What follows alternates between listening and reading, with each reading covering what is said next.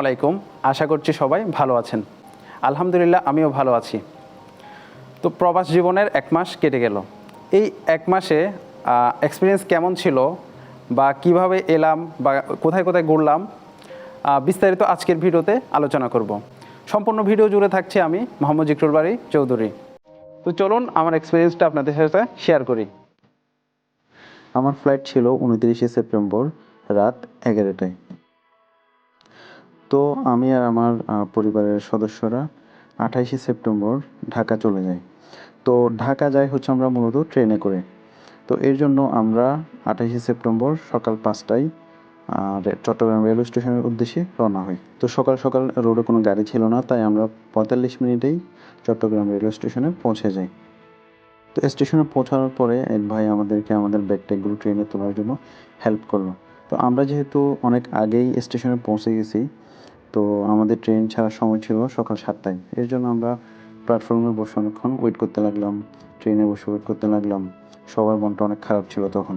এরপর ট্রেন যখন ঢাকার উদ্দেশ্যে ছেড়ে গেল, তখন আসলে নিজের কাছে অনেক খারাপ লাগতেছিল, কারণ নিজ শহর ছেড়ে বিদেশ চলে যাব। আর এদিকে আমার আম্মু ও ছোটো বোন কান্নাকাটি করা শুরু করলো। তো ট্রেনটা কিছুক্ষণ চলার পর বাইরে আমরা অনেক সুন্দর সুন্দর দৃশ্য দেখে ঢাকা পৌঁছালাম। তো এরই মধ্যে ট্রেনে একটা ইনসিডেন্ট ঘটে গেল। সেটা হচ্ছে, আমাদের ট্রেনটা যখন টঙ্গীতে কিছুক্ষণের জন্য দাঁড়িয়েছিল, তখন ভার্সিটির একটা স্টুডেন্টকে দূর থেকে ইট মেরে তার মোবাইলটা ছিনতাই করে ফেলে। এখন এমন অবস্থা হয়েছিল তখন, আসলে অনেক রক্তাক্ত হয়েছিল স্টুডেন্টটা। তো পরবর্তীতে এখানে রেলের বিভিন্ন কর্মকর্তা বা বিভিন্ন মানুষজন এসে প্রবলেমটা সলভ করলো। তো আপনারা যারা ট্রেন জার্নি করবেন তারা সতর্কতার জন্য আপনাদের মোবাইল মানিব্যাগ সব সাবধান রাখবেন। ট্রেন যদি দাঁড়ায় কোনো প্ল্যাটফর্ম বা স্টেশনে, তো আপনারা চেষ্টা করবেন মোবাইল ইউজ না করার জন্য। তো এরপর আমরা স্টেশনে নেমে একটা এয়ারপোর্ট থেকে গাড়ি নিয়ে আমরা আমার আন্টির বাসায় চলে আসি। তো আন্টির বাসায় আস্তে আস্তে প্রায় বিকাল হয়ে যায়। এর মধ্যে আমার অনেক মাথা ব্যথা করে। তো আমি একটু রেস্ট করে আমার একটা পার্সেল আসছিল, আমার একটা ফ্রেন্ডের পার্সেল পাঠিয়েছিল, তো আমি এটা আনবক্সিং করি।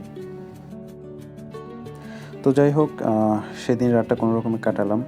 তো কাটানোর পর পরের দিন আমার খালাতো ভাই পাবেল এয়ারপোর্ট যাওয়ার জন্য একটা গাড়ি ঠিক করে। তো আমরা দুপুর 3টায় ওই গাড়িতে করে ফ্যামিলির সবাই এয়ারপোর্টের উদ্দেশ্যে রওনা দিই। তো পাবেল মূলত আমার যাওয়ার ব্যাপারে সব কিছু অনেক হেল্প করছে, তাকে অনেক ধন্যবাদ।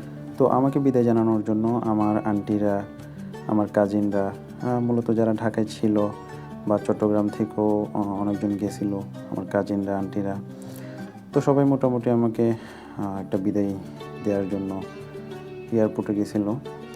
তো আমরা 1.5 ঘন্টা পর এয়ারপোর্টে পৌঁছে যাই এবং ওয়েট করতে থাকি। তো এরই মধ্যে আমরা কয়েকটা গ্রুপ ছবি বা সিঙ্গেল ছবি তুলে সময় কাটাই। তো এভাবে করতে করতে প্রায় ইমিগ্রেশনের সময় হয়ে আসছিল। তো মূলত পরিবারের সাথে, ফ্যামিলির সাথে এখানে কাটানো আসলে সুন্দর কিছু মুহূর্ত। তো সবাই আমাকে এখানে বিদায় জানানোর জন্য ওয়েট করতেছিল। আমার আম্মুদের সাথে আসলে বসেছিলাম অনেকক্ষণ। তো পাবেলের সাথেও অনেকক্ষণ সময় কাটালাম এখানে।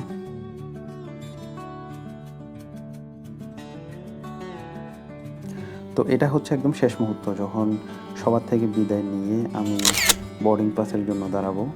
এটা হচ্ছে সেই সময়। তো এর মধ্যে আমরা কিছু গ্রুপ ছবি তুললাম। তো সব কিছু শেষে আমি বোর্ডিং পাসের জন্য লাইনে দাঁড়ালাম। তো আমার এয়ারলাইন্সটা ছিল মালিন্দা এয়ারলাইন্স। তো আমি এর মধ্যে বোর্ডিং পাস নিয়ে নিয়েছি। তো তারা আমাকে সিল টিল করে দিয়েছে, এখানে বোর্ডিং পাস দিয়েছে। এরপর আমি ইমিগ্রেশনের জন্য লাইনে দাঁড়াই। তো ইমিগ্রেশন শেষে ওয়েটিং লঞ্চে কিছুক্ষণ ওয়েট করার পর তারা বিমানে ওঠার জন্য আমাদেরকে ডাকলো। তো আমরা সিরিয়ালে লাইন ধরে বিমানে উঠলাম। তো ওঠার পর আসলে সিটটা একটু খুঁজতে কষ্ট হয়েছিল, তো দেন পেয়ে গেছিলাম।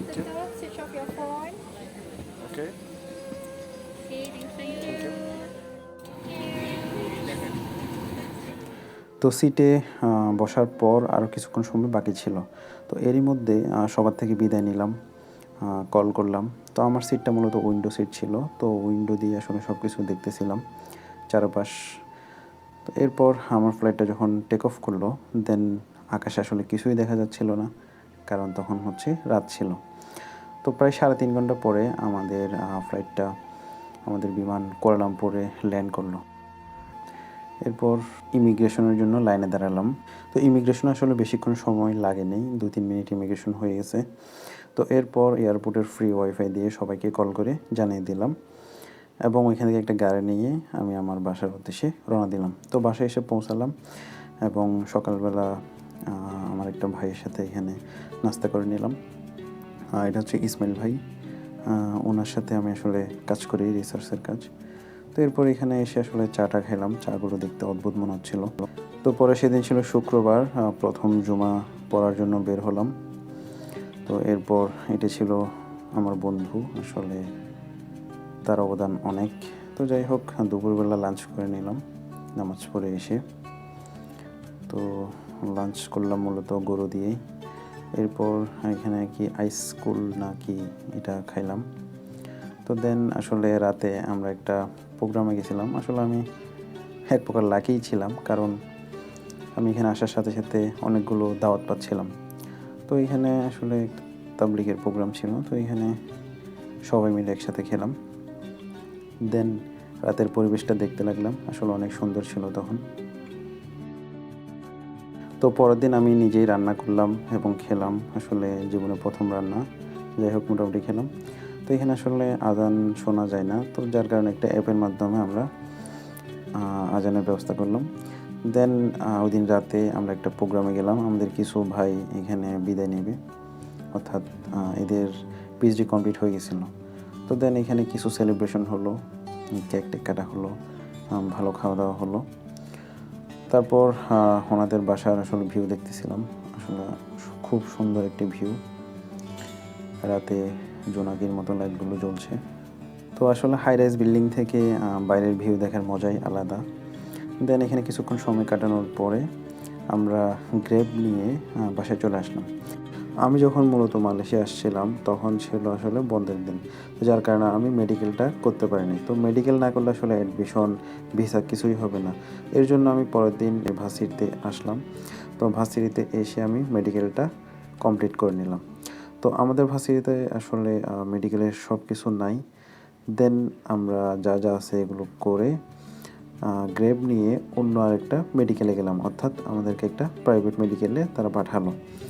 মেডিকেলটা আসলে অনেক সুন্দর ছিল, আল-জাহারাইন হসপিটাল। তো এখানেও আমরা বাকি টেস্টগুলো যা যা ছিল এগুলো সব কিছু কমপ্লিট করলাম। এরপর পরের দিন রিপোর্টগুলো নিয়ে আমরা ভার্সিটিতে গেলাম।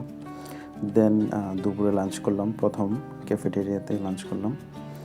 তো লাঞ্চগুলো মূলত এখানে মিষ্টি মিষ্টি জাতীয় ছিল, আমাদের দেশে তো একটু ঝাল থাকে।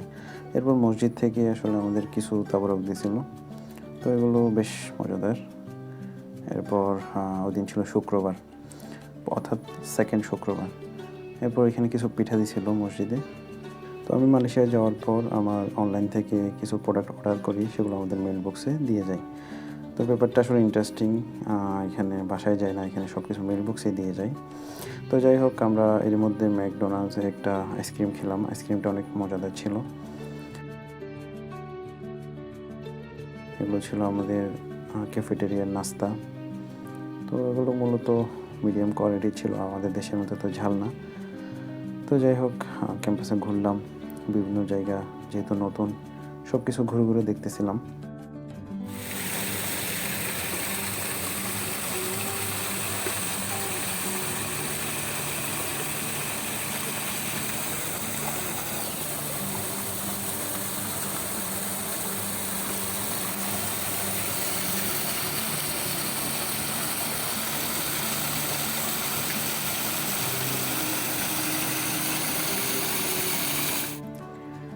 তো এটা হচ্ছে আমাদের সেন্ট্রাল মসজিদ।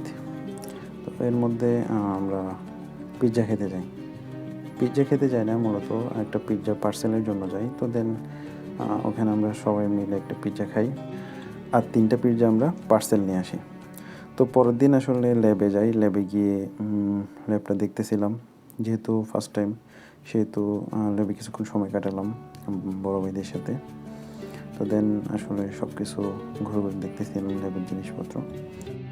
তো এটা হচ্ছে আমার ল্যাব। প্রথম দিন গিয়ে ল্যাবে বসে এবং আমাকে আমার পিসি থেকে শুরু করে সব কিছু বুঝিয়ে দেওয়া হলো। তো দেন এগুলো নিয়ে আসলে কাজ করতে শুরু করি। তো এটা হচ্ছে আমাদের ক্লাসরুম, এখানে আমাদের ক্লাস হয়। তো এই ক্লাসরুমগুলোতে মূলত একসাথে অনেক স্টুডেন্ট একসাথে ক্লাস করতে পারে। আর এখানে সাউন্ড সিস্টেমগুলো খুবই সুন্দর, খুবই ভালো। তো এরই মধ্যে মাঝখানে ছিল দেওয়ালি। তো দেওয়ালিতে আসলে এত পরিমাণ বাজে ফুটেছে আমার জীবনে আসলে আমি দেখি নাই যে 1 ঘন্টা ধরে বাজে ফোটানো। তো তারা প্রায় 1 ঘন্টারও বেশি সময় ধরে বাজে ফোটাইলো। তো এটা দেখতে আসলে অনেক সুন্দর দেখাচ্ছিল তখন। তো যাই হোক, এভাবে আসলে আমার প্রবাস জীবনের 1টি মাস কাটলো। তো যারা আমার চ্যানেলটা এখনও সাবস্ক্রাইব করেননি, প্লিজ চ্যানেলটা অবশ্যই সাবস্ক্রাইব করবেন। আর যারা আমার ভিডিওটি ফেসবুক থেকে দেখতেছেন তারা আমার ফেসবুক পেজটি ফলো করে দেবেন। তো এভাবে আমি আমার ছোট ছোট ব্লগ আকারে বিভিন্ন ভিডিও শেয়ার করব। তো সে পর্যন্ত ভালো থাকুন, সুস্থ থাকুন, এই কামনা আজকের মতো বিদায় নিচ্ছি। আসসালামু আলাইকুম।